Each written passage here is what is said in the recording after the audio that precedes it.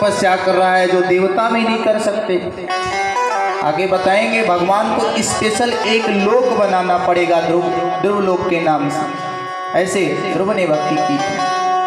सभी लोग भगवान के पास गए, भगवान से निवेदन किया क्या बात है। तो भगवान ने कहा मेरा एक भक्त है, उसी ने सबको परेशान कर रखा है। आज भक्त को वरदान देने नहीं जाना है मुझे, आज भक्त के दर्शन करने जाना है हमें। नारायण ने ऐसा सोचा और कहा हम सभी चलते हैं साथ में। अन्य देवताओं को ऊपर आकाश मार्ग में खड़ा कर दिया और नारायण भगवान के पास खड़े हो गए। ध्रुव को कह रहे हैं बेटा उठो, मैं आ गया हूँ। ध्रुव ने तो प्राणायाम चढ़ा रखा है, दुनिया की खबर नहीं। भगवान समझ गए इसे कैसे जगाना है। उसके हृदय में जो आकृति थी परमात्मा की, भगवान ने झट से उसे चुटकी में गायब कर दिया। और जैसे गायब किया, जैसे मछली पानी के बिना तड़प उठती है, जैसे सर्प मणि के बिना तड़प उठता है, वैसे भक्त प्रहलाद तुरंत जाग करके परेशान हुए। लेकिन जब नेत्र खोल करके देखा तो अंदर वाली छवि बाहर प्रकट है। बोलिए लक्ष्मी नारायण भगवान की। ऐसे नारायण को देख करके, अब ध्रुव तो 5 साल के हैं, ध्रुव मात्र 5 वर्ष के, उनको नहीं पता कि कैसे पूजन करना है भगवान का। मैं क्या करूं, परमात्मा को कैसे रिझाऊं, क्या खिलाऊं, क्या पिलाऊं, कहाँ पधराऊं, कुछ नहीं। भगवान के सामने खड़े हैं, बस अश्रु की धारा बह रही है, कुछ कहने में असमर्थ हैं, कुछ शब्द नहीं उनके पास, गला अवरुद्ध हो गया। आप जरा सोचो, यहाँ बैठे हो, अगर भगवान आ जाए तो क्या करोगे? क्या उनको छोड़ करके बाजार से बर्फी लाने जाओगे? तब तक कौन देखेगा उन्हें? आप एकांत में हो और परमात्मा आ जाए तो क्या करोगे? गंगा जी से जल लेने जाओगे, बिस्तर लेने जाओगे, क्या करोगे परमात्मा के साथ? आपका भी वही दशा होगा जो हमारे ध्रुव जी महाराज का हुआ है। कुछ नहीं कर सकते, आपके हाथ और पैर काम करना बंद कर देंगे। अब करूं तो करूं क्या, इनके साथ क्या व्यवहार करूं? भगवान ने कहा समझ गए, वो तो अंतर्यामी है परमात्मा की, आखिर इनके साथ क्या करना है। भगवान जो शंख हाथ में ले रखे हैं उसी को कान में लगाया ध्रुव जी के और फूंक दिया धीरे से। अब तो भाई चारों वेद 6 शास्त्र 18 प्राण सब भगवान ने ध्रुव के हृदय में उतार दिए। अब तो ध्रुव स्तुति भी करने लग गए। श्रीमद् भागवत महापुराण में आता है, मूकं करोति वाचालं पंगुम लंघयते गिरिं यत्कृपातमहं वन्दे परमानंदमाधवम्। मूकं करोति वाचालं, गूंगा बोलने लग जाता है। कब? जब भगवान की कृपा। पंगुम लंघयते गिरिम, लंगड़ा आदमी पहाड़ों को लांघने लग जाता है। यत् कृपा तमहम वंदे परमानंद माधवम्। पूज्यपाद तुलसीदास जी महाराज ने इसको भी छंद और पर्यायवाची शब्द दिया, तो मूक हो वाचाल पंगु चढ़े गिरिवर गहन। ऐसा लिखा उन्होंने, जासु कृपा सुदयाल है, उस भगवान की कृपा होगी तभी ऐसा मूक हो वाचाल गूंगा बोलेगा और लंगड़ा पहाड़ पर चढ़ेगा, भगवान की कृपा हो। आप ध्रुव कह रहे हैं, कितनी सुंदर बात। भगवान के सामने स्तुति करना शुरू किए। भगवान एक एक करके कई श्लोकों में उनका वाचा अलंकरोति इति वाचालं योऽन्तः प्रविश्य मम वाचमिमां प्रसोक्तां संजीवत्यखिल शक्तिधरा स्वधाम्ना अन्यसहस्रचरण श्रवण गादीन प्राणान्नमो भगवते पुरुषाय तुभ्यम्। कहते हैं परमात्मा, हे जगदीश्वर, आप मेरे मन वाणी जो सोए हुए थे उनको जगा दिया। अच्छा, कहते हैं कि 5 साल का बालक कैसे चला गया तपस्या करने, एक माँ के कहने पर। अन्य बालकों को भी माताएं डांटती हैं, भगा देती हैं, तो अन्य बालक क्यों, भक्त ध्रुव क्यों नहीं बन जाते? तुलसीदास की पत्नी ने डांट लगाई, क्या इस हड्डी मांस से प्रेम करते हो? इतना प्रेम परमात्मा से करते तो भगवान मिल जाते। और उसी बात पर वो पत्नी को त्याग दी। तो अनेकों लोगों की माताएं डांटती हैं बच्चों को, वो बच्चे भक्त ध्रुव नहीं बनते। और अनेकों लोगों की पत्नियां उन्हें डांटती हैं, तो अनेकों लोग तुलसीदास नहीं बनते। क्यों? वो तो एक निमित्त बन जाती हैं। उनके पूर्व जन्म का जो है घी दीपक सब तैयार रहता है, केवल चिंगारी देना होता है। ये तो चिंगारी दिए भक्त को नारद जी ने, और पत्नी ने तुलसीदास जी को दिया। उनके पूर्व जन्म के पुण्य थे जो उदय हो गए, और माध्यम बन गई पत्नी, माध्यम बन गई सौतेली माँ, माध्यम बन गया वाल्मीकि जी के लिए परिवार उनका।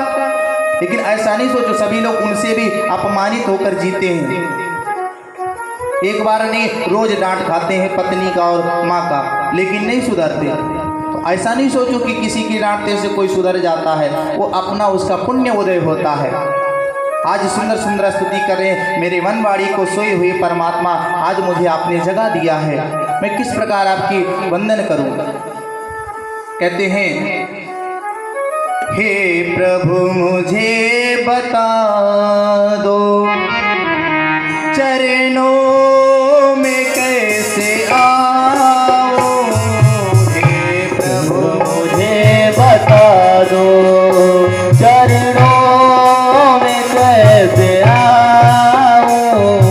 हे प्रभु मुझे बता दो चरणों में कैसे आओ। हे प्रभु मुझे बता दो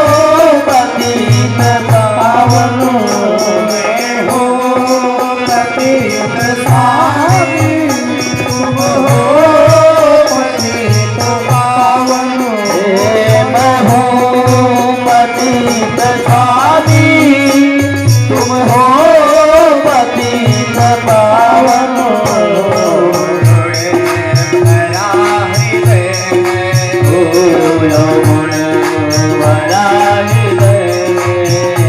इसे कैसे मैं दिखाऊं, मुझे बता दो चरणों में कैसे आऊं।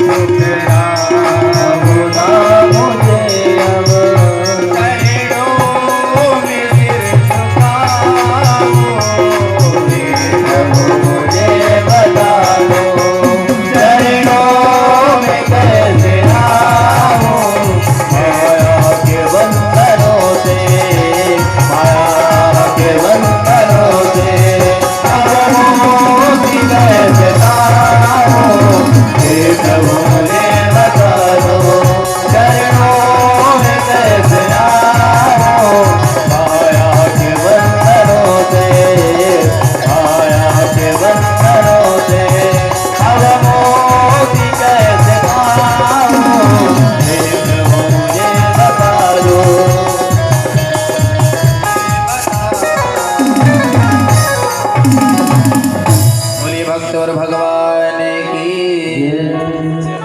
पूछ रहे मैं कैसे आऊँ आपकी शरण में। भगवान ने कहा आप तो आगे हो, कोई डरने की बात नहीं है।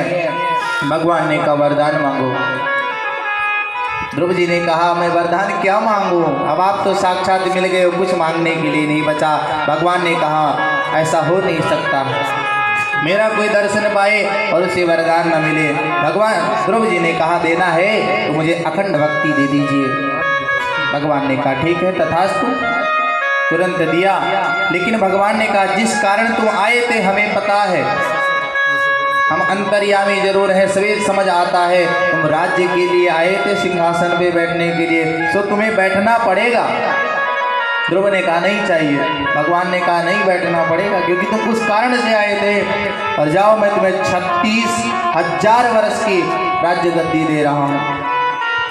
भगवान ऐसा कह करके अंतर ध्यान हुए, ध्रुव जी घर की ओर चल पड़े। जैसे गांव के बाहर पहुंचे, क्या माला क्या स्वागत, वही पिता वही माता हैं। क्या पर कृपा राम की हुई, क्या पर कृपा करे सब कोई, सभी स्वागत में खड़े हुए हैं। ध्रुव जी ने देखा कैसा चमत्कार है भगवान का, वही माता है मुझे गोद से उतार दिया, पिता ने रोका भी नहीं। अच्छा भगवान की इतनी बुद्धि दे दिया भगवान ने कि पिताजी कह रहे हैं मुझे धन ये सब राज्य नहीं करना, मुझे तो वैराग्य है, मैं वैराग्य जा रहा हूँ तपस्या करना। वही पिता है जो रोके नहीं थे, और ध्रुव जी को 36,000 वर्ष तक का राज्य दे करके खुद वैराग्य को चले गए। उत्तानपाद जी महाराज अब आराम से ध्रुव जी राज्य करने लगे। एक दिन की बात है, उनके भाई उत्तम जो सुरुचि के बेटा, उनका कुबेर के बेटे से युद्ध छिड़ गया, झगड़ा हो गया। तो यक्षों ने, कुबेर के पुत्रों ने उत्तम को मार दिया। जब मार दिया तो इन्होंने अपने भाई के लिए लड़ने गए और कई यक्षों को मार डाला। इसी क्रम में इनका विवाह हो गया। ध्रुव जी का भ्रमी और इला नाम की दो पत्नी थी ध्रुव जी की, और इनके दो बेटा भी हुए, उत्कल और वत्सर। जब इन्होंने बहुत से यक्षों को मार दिया तो मनु, जिनकी हम सब संतान हैं, वो प्रकट हुए और उन्होंने कहा, ध्रुव, ये भगवान के भक्तों का काम नहीं है। तुम्हारे भाई को एक यक्ष ने मारा और तुमने पता नहीं कितने यक्षों को मार दिया, ये ठीक नहीं है। ये भगवान के भक्तों का काम नहीं है, वो तो परमात्मा देखेगा। समझाया। ध्रुव जी तुरंत समझ गए और पुत्रों को राज्य दे करके कुछ दिन तपस्या की, परमात्मा का और ध्यान किया, और अंत में विमान आया तो चलने लगे तो मृत्यु सामने खड़ा हो गया हाथ जोड़ करके कि महाराज हमारा भी ध्यान रखो, संसार में आए हो तो वैसे तो जा नहीं सकते। मृत्यु देख लो, इतना भगवान के दर्शन करने के बावजूद कह रहा मैं कर तो कुछ नहीं सकता, पर मेरा भी ध्यान रखो। सो ध्रुव जी ने मृत्यु के सर पर पैर रखकर और विमान में चढ़ गए। मृत्यु को भी झुकना पड़ा भगवान के भक्त के आगे। चलने लगे, रास्ते में भगवत पार्षदों ने देखा कि ध्रुव जी का मुंह कुछ लटका हुआ है। तो उन्होंने पूछा बात क्या है, तो बोले वो जल्दी जल्दी में ना जिन्होंने जिस माँ ने मुझे ये मार्ग दिखाया वो छूट गई, उनको भी तो स्वर्ग ले जाना है। तो भगवत पार्षदों ने कहा ऐसा नहीं हो सकता, जिसका पुत्र ऐसा हो माता ऐसा नहीं हो सकती। आगे देखिए माता जी आपकी जा रही हैं। प्रभु जी और प्रसन्न हुए और आराम से चले गए।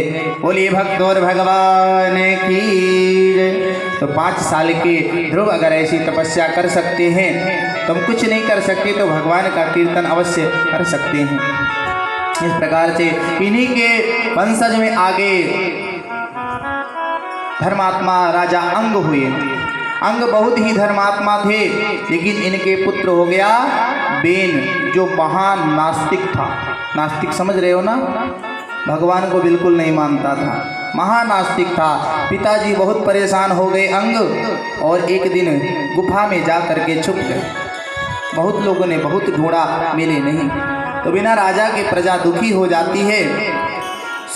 कुछ लोगों ने सोचा, मंत्रियों ने कि किसी को राजा बना दिया जाए। तो पुत्र थे वेन, उनको राज्य गद्दी पर बिठा दिया। राज्य गद्दी पर बिठा दिया, लेकिन वो जैसे गद्दी पर बैठा तो बोला आज के बाद यज्ञ नहीं होगा, कोई भी यज्ञ और यज्ञ होगा तो बेनाय स्वाहा बेनाय नमः ऐसा जप होगा। अरे भाई हम राजा हैं, हम सबकी सेवा करते हैं, व्यवस्था करते हैं, देखते हैं, तो भगवान कौन हुआ? जो भगवान दिखता नहीं है, हमारे लिए क्या करता है भगवान? उस भगवान का कोई नाम नहीं लेगा, और अगर किसी ने नाम लिया तो भाई ठीक नहीं होगा। राजा ऐसा कह रहा है, मैं क्या कर सकता हूँ, मेरे हाथ में सत्ता। संत महात्माओं ने कहा ये तो बड़ा गड़बड़ काम कर रहा है, इसको तो समझाना चाहिए। अच्छा एक बात और बता दूं, जब जब राजगद्दी डोली है तब तब व्यासगद्दी बोली है। राजगद्दी से बड़ी व्यासगद्दी बताई गई है। जब महाराज दशरथ नहीं रहे, राम वन को चले गए, भरत ननिहाल में थे। ननिहाल से आए भी तो 14 वर्षों तक वशिष्ठ जी की आज्ञा से अवध का राज्य चला है। 14 वर्ष बाद नहीं तो राजा आक्रमण कर देते, जीत लेते, लेकिन वशिष्ठ जी ने क्या दिमाग लगाया, आराम से 14 वर्ष बाद जब भगवान लौटे हैं तो राजगद्दी वापस किया। जब जब सिंहासन डोला है तब व्यासगद्दी जरूर बोला है, ऐसा नहीं ऐसा। संतों ने कुछ ग्रुप बनाया कि चल करके बेन से मिलते हैं, गलत काम क्यों कर रहा है भाई। उपस्थित हुए, फूल वूल लेकर के स्वागत, महाराज राजा साहब है आप दिया। संतों ने पूछा महाराज आजकल तुम बड़ा गड़बड़ कर रहे हो, और हम लोग बता रहे हैं कि संत ये हाँ हाँ हम तो बता रहे हैं, भगवान दिख नहीं रहे, उसकी पूजन कैसे करते हो? तो संतों ने बताया कि जैसे फूल है, इसमें सुगंध है, नहीं दिखता है फिर भी है तो है। अब यहाँ कह रहे हो हवा नहीं है, दिखती नहीं है, तो हवा ही नहीं है, हम बैठे कैसे हैं, श्वास नहीं है? तो बोला ये सब हम नहीं जानते हैं, जो दिखता नहीं है वो भगवान नहीं, हम दिखते हैं, हम भगवान हैं। अच्छा संत ने कहा वाह भाई। एक संत उसमें बोले इसको सब नहीं समझा सकते, हम आते हैं। खींच के एक थप्पड़ मारा उसको। अरे मुझे थप्पड़ मारा, तो बोला दर्द हो रहा है, क्यों मारा थप्पड़? बोला क्या हुआ? बोले दर्द हो रहा है। तो बोले दर्द दिखाओ मुझे। तो बोले नहीं दर्द कोई दिखाने की चीज़ है। तो बोले तो इसमें फूल में नहीं दिखाई दे रहा है, तो क्या इसमें सुगंध नहीं है? तुमको थप्पड़ मारा दिखाने, तो क्या दर्द नहीं है? जैसे को तैसा जवाब देना चाहिए। दर्द दिखाओ, हम मान जाएंगे तुम्हारे दर्द है। अच्छा दिखा नहीं सकते तो हम मानते नहीं दर्द है तुम्हें, हम तो मारेंगे। दर्द तुम्हें कहा, तुम्हारा दर्द दिखाओ। अब तो परेशान हुआ, बोला हम नहीं मानेंगे। मंत्रियों को बुलाया, सेनाओं को बुलाओ, संतों को भगाओ। संतों ने एक ही आवाज में हुंकार लगाई, सो गोविंदाय नमो नमः। तुरंत निपट गया मामला। बलिवाल कृष्ण भगवान की। कुछ नहीं किया संतों ने, बस हुंकार लगाई और तुरंत निपट गया मामला। सिर्फ हुंकार से संतों। ऐसे बेन को जब अब फिर वही टेंशन हो गया कि भाई राज्य गद्दी पर किसको बिठाए, कोई नहीं मिल रहा था। तो सभी संतों ने सोचा कि इसके शरीर का मंथन किया जाए। तो शरीर का जब मंथन किया गया तो एक काला काला निषाद उसके शरीर से जो पाप रूपी था निकला। बोला महाराज के आदेश है, बोला साइड में बैठ जाओ, तुम्हारी कोई आवश्यकता नहीं। फिर से मंथन किया तो इस बार चतुर्भुजी रूप में स्वयं भगवान नारायण प्रकट हुए पृथु के रूप में। बोले पृथु भगवान की जय। पृथु भगवान का प्राकट्य हुआ। 24 अवतारों में एक भगवान भी है, भगवान के अवतार। पृथु महाराज आए, खूब स्वागत हुआ, गद्दी पे बिठाए गए। नेता लोग आए, महाराज स्वागत। बोले स्वागत नहीं करना है, अभी हमने कुछ किया ही नहीं, कैसे स्वागत? कुछ करना तो पड़ेगा। तो बोले तो जल्दी करो महाराज, हम भूखे मर रहे हैं, पृथ्वी से कोई अन्न नहीं निकल रहा है, कुछ नहीं हो रहा है, हम भूखों मर रहे हैं, कुछ करिए। तो महाराज ने कहा बिल्कुल करेंगे। पृथ्वी को बोला हे वसुंधरे तू अन्न दे, जल दे। पृथ्वी ने कहा हम नहीं देंगे। भगवान ने, पृथु भगवान ने कहा मैं तुम्हारा वध कर दूंगा। और जैसे वध करने को हुए पृथ्वी गौ का रूप धारण करके आई। महाराज क्षम्यताम क्षम्यताम त्राहिमाम त्राहिमाम, हम आपको पहचान नहीं पाए, गलती मेरी भी नहीं है। आपके जो पिता थे ना, बेन, महान आस्तिक बेन, उसका श्रीमद् भागवत महापुराण में नाम है। बताइए कैसे भी करके भगवान से अगर टच भी हो जाओ, चाहे गलत तरीके से, चाहे तो नाम तो आपका रहेगा ही रहेगा। ये कुल की जो मर्यादा थी उसके कारण इसका नाम है, क्योंकि आगे भी ठीक है, पीछे भी ठीक है, बीच में आ गया। इसलिए अपने वंश को कभी कलंकित नहीं करना चाहिए मनुष्य को। महान आस्तिक बेन आपके पिता थे, उन्होंने गड़बड़ किया, सो मैंने अन्न जल रत्न जितना था सब छुपा लिया, मैं दे नहीं रही थी। अब मेरा आप दोहन कीजिए, मैं गाय के रूप में हूँ और आप सब कुछ सामग्री ले लीजिए। सो गाय का दोहन किया और रत्न थे वो सब निकाला। उत्तराखंड में जो कुछ हिमालय में रत्न छुपे वो सब निकाल करके और सभी आराम से रहने लगे। एक दिन की बात है, सनकादि ऋषि सनत सनंदन सनातन सनत कुमार ये चारों प्रकट हुए। उससे पहले इन्होंने 100 यज्ञ करना शुरू कर दिया। महाराज पृथु ने, इंद्र को टेंशन होने लगी कहीं ये सतक्रतु न बन जाए पृथु महाराज, सो इंद्र की गद्दी चली जाएगी। इंद्र महाराज ने वो घोड़ा चुरा के और ले गए। पृथु महाराज ने उन्हें जीत करके घोड़ा वापस लाए। फिर से यज्ञ शुरू किया, फिर इंद्र चोरी से ले गए घोड़ा। पृथु महाराज ने कहा मैं इसको छोड़ूंगा नहीं। जब देखो जब घोड़ा गड़बड़ करता है, मेरा यज्ञ सफल नहीं होने देता। और आज भी इंद्र, हम पूजा में बैठते हैं, अगर इंद्राय नमः शक्राय नमः सत्कर्तव्ये नमः नहीं बोलते हैं तो पूजा का जो पुण्य फल इंद्र ले जाते हैं। जब तुम्हारा पुण्य फल ही नहीं रहेगा तो इंद्र तक पहुँचोगे कैसे? ऐसा इंद्र, उन्होंने जाकर के मारने के लिए दौड़े। ब्राह्मणों ने कहा शांत रखो महाराज, आप, हम मंत्रों से ही निपटा देंगे। बोले मंत्रों से निपटा देंगे? बोले हाँ बिल्कुल। तो कैसे निपटा देंगे? देवाधीनम जगत सर्वं मंत्राधीनम च देवता ते मंत्रा ब्राह्मणाधीनम तस्मात् ब्राह्मण देवता। ये संसार किसके अधीन है? देवताओं के अधीन। और देवता किसके अधीन है? मंत्रों के अधीन। मंत्र किसके अधीन है? ब्राह्मणों के अधीन। तो पूजन इसीलिए होता है ब्राह्मणों का। बोले महाराज हम स्वाहा कर देंगे इंद्र को, यही मंत्रों से स्वाहा कर देंगे। और जैसे ही स्वाहा मंत्र बोला इंद्र गद्दी सहित आने लगे हवन कुंड में। ब्रह्मा जी बोले महाराज ये क्या कर रहे हो, हमारी जो सुविधाएं हैं व्यवस्थाएं हैं गड़बड़ हो जाएगा, इंद्र कौन पदवी संभालेगा। बोले महाराज ये यज्ञ का घोड़ा बार बार गड़बड़ कर रहा है। बोले ठीक है कोई बात नहीं, जिसको ज़्यादा प्रभुता मिलती है उसके अंदर थोड़े बहुत अवगुण भी होते हैं, क्षमा करो कोई बात नहीं। तो पृथु महाराज ने कहा हमारा कोई ऐसा उद्देश्य नहीं था इंद्र बनने के लिए, लेकिन हम मनुष्य हैं, मनुष्य योनि में जन्म लिए तो धर्म कर्म ज़्यादा करने लगे तो इनको दिक्कत होने लगी। इसी बात पर प्रसन्न होकर के भगवान नारायण प्रकट हो गए। इसी यज्ञ के कारण भगवान नारायण प्रकट हुए तो पृथु महाराज से कहा कि आप वरदान मांगिए। पृथु महाराज ने कहा मुझे कुछ नहीं चाहिए, मैं तो आराम से ठीक हूँ। नहीं नहीं वरदान तो लेना पड़ेगा, दर्शन हुए तो बोले मुझे 10,000 कान दे दीजिए। कितना अजीब है ना, 10,000 कान। रामचरितमानस में आता है जिनके श्रवण समुद्र समान, जिनके श्रवण समुद्र समाई, परयग सुनाई सहस दस काया, परयग सुनाई सहस दस काया।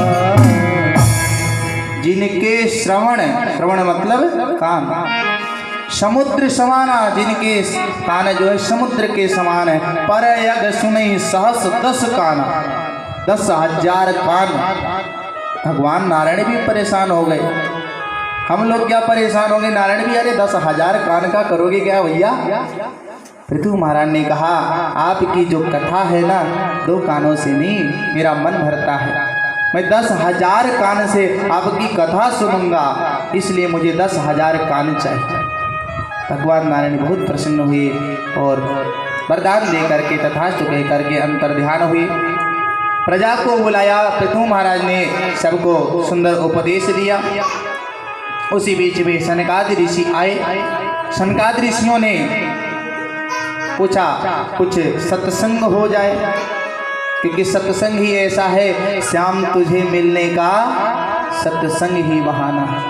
ये दुनिया वाले क्या जाने मेरा रिश्ता पुराना है। सत्संग करने के लिए पधारे। तो एक प्रश्न और था, नोटेड टू पॉइंट, शायद वो लिख रही हैं, बिल्कुल लिखते जाइएगा। एक एक प्रश्न, जो हमारे 6 प्रश्न थे। समस्त शास्त्रों का सार क्या है। जो सभी शास्त्र हैं उसका सार यानी निचोड़ क्या है। तो बताया गया कि सभी ये जो दुनिया की सुख सुविधाएं हैं, परिवार वाले हैं, इनसे वंचित रहना सीख लो। ये समस्त शास्त्रों का सार है। रहो सबके बीच, लेकिन अच्छा देखो, कोई माता बहन, इसमें लिखा है श्रीमद् भागवत महापुराण में, अनिच्छित गर्भ आ जाए तो उसको गिरा देती हैं, उन्हें कोई कष्ट नहीं होता। बालक जब तक गर्भ में रहता है उतना प्रेम नहीं होता, जन्म होने पर भी उतना प्रेम नहीं होता। जैसे जैसे वो बढ़ता जाता है ना, वो प्रेम बढ़ता जाता है।